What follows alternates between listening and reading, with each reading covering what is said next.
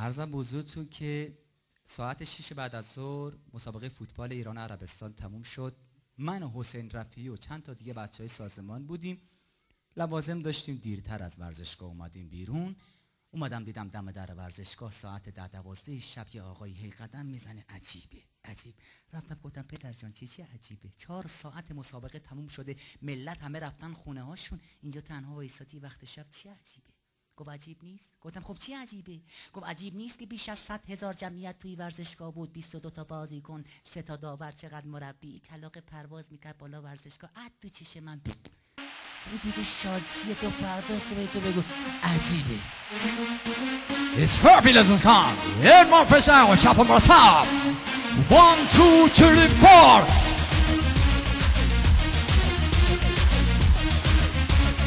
آه جای حسین خالی وسط. بیاد یه دهن آبه. واقعا که توی این دور زمانی غیر از محبت و صفا و صمیمیت هیچی باقی نمیمونه. اما حسین جان باشه بیا گزارش و خبرنگار رو. حسین در قالب یک خبرنگار رفت جام جهانی آلمان و گزارشی تهیه کرد و اومد برا من گفتم جون حسین دا واقعیت داره. میگفت من زمانی که رفتم اونجا دیدم تیم ملیمون نتایجش ضعیفه، گزارش تهیه کردم. میگم ببخشید وسط صحبتاتون دارم حرف میزنم. والا حسین به من گفت برو، بعد به جون خودم اینقدر چیزا رو رعایت میکنم. خلاص میگم من رفتم گزارش تهیه کردم، برانکوویچ پیدا کردم سرمربی. آقای برانکوویچ ویچی بیا اینجا ببینم. خجالت نمیکشی مرد حسابی؟ این همه پول از این مملکت گرفتی، چه تیم ملی درست کردی؟